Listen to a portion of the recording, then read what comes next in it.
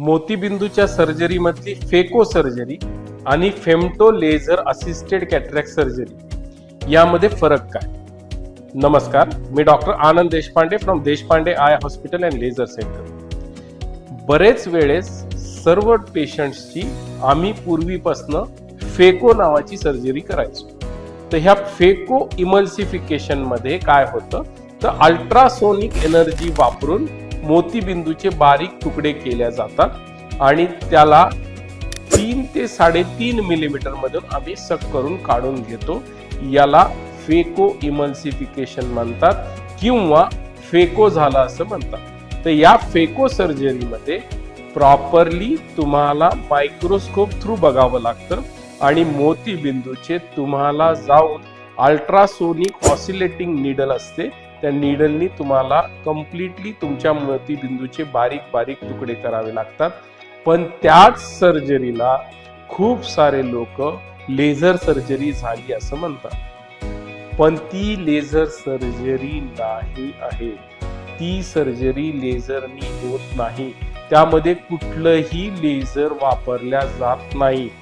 ज्या पेशंट्सची फेको emulsification surgery होते त्यामध्ये कुठलंही लेझर वापरून मोतीबिंदू काढल्या जात नाही.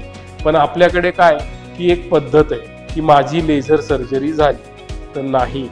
तर लेझर म्हणजे ऑप्थॅल्मॉलॉजीमध्ये किंवा स्पेशली जर तुम्ही विचार केला तर आय हॉस्पिटल्समध्ये वेगवेगळ्या प्रकारचे लेझर्स असतात आणि ते वेगवेगळे लेझर्स वापरल्या जातात.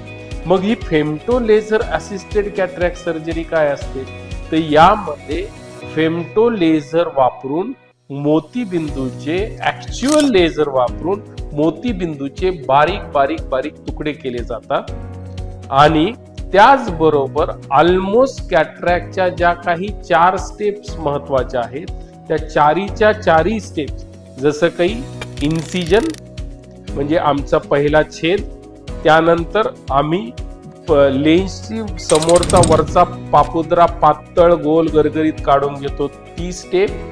आणि तिसरी स्टेप जी मोतीबिंदूचे बारीक बारीक तुकडे करणं आहे ती तिसरी स्टेप.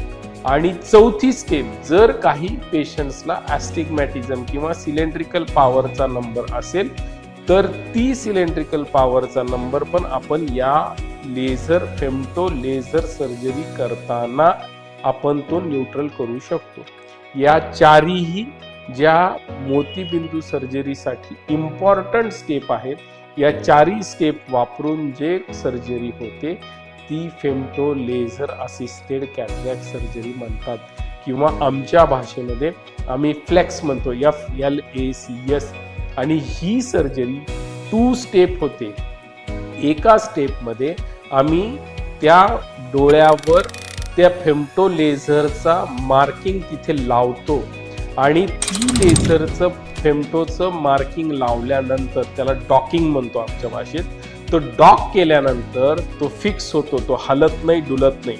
आणि नंतर ते फिक्स केल्यानंतर सर्व पॅरामीटर्स आम्हाला त्या स्कॅनिंग करायला लागतो तो डोळा, आणि तो डोळा स्कॅनिंग केल्यानंतर पूर्ण पॅरामीटर्स आम्ही स्क्रीनवर ऍडजस्ट करतो. आणि हे स्क्रीनवर ऍडजस्ट केलेले पॅरामीटर्स आम्हाला हवे तेवढे पाहिजेत तेवढे मिलीमीटर मायक्रॉन्स मध्ये आम्ही चेंज करू शकतो. आणि हे चेंज केलेले आम्हाला हवे असलेले पॅरामीटर्स हे फक्त femto laser assisted cataract surgery मध्येच होऊ शकतं.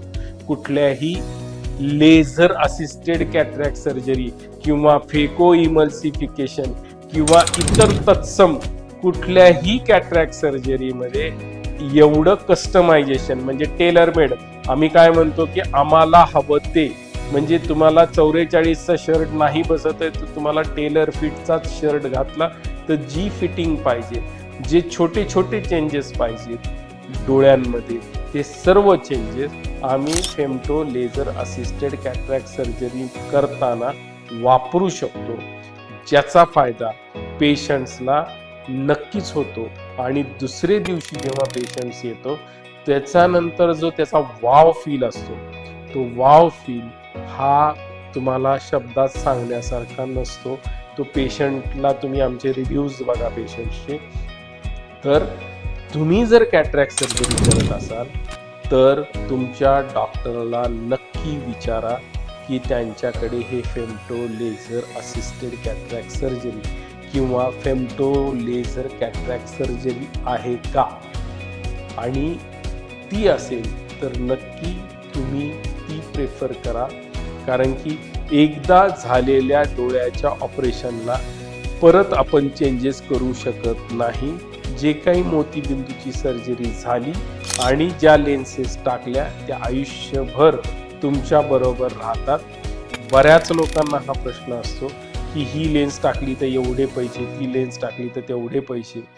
सगळेजण काउन्सिलिंग किंवा पॅकेजेस हे लेन्सवर ठरवतात. मी तुम्हाला परत सांगेन, Deshpande eye hospital and laser सेंटरमध्ये तुम्ही फेको इमल्सिफिकेशन पण सांगितलं तर आम्ही फेको इमल्सिफिकेशनच करणार. MICS मायक्रो इन्सिजनल विथ AI असेल तर ते पण आहे. कोणाला जर हवा असेल तर femto laser assisted cataract surgery हवी असेल तर ती पण आहे. पण त्यामध्ये तुम्हाला तिन्ही सर्जरीमध्ये नक्की व्हेरिएशन दिसतं, व्हेरिएशन मिळतं. तर कॅटरॅक्ट सर्जरी करताय तर नक्की एकदा ह्या सगळ्या गोष्टी खात्री करून घ्या आणि मग तुमची कॅटरॅक्ट सर्जरी ठरवा. कारण की बरेच लोक ऑपरेशन करतात आणि मग येतात की आता ही सर्जरी करूयात का किंवा काही प्रॉब्लेम झाला. तर मी परत सांगेन, लेझर सर्जरी नुसतं लेझर माझी लेझर सर्जरी झाली तर नाही, तसं होत नाही. लेझर सर्जरी वापरायला तेवढं मोठं हॉस्पिटल, तेवढे इन्स्ट्रुमेंटेशन त्यांच्याकडे आवश्यक असतात. ते तुम्ही त्यांना विचारू शकता हॉस्पिटल्समध्ये.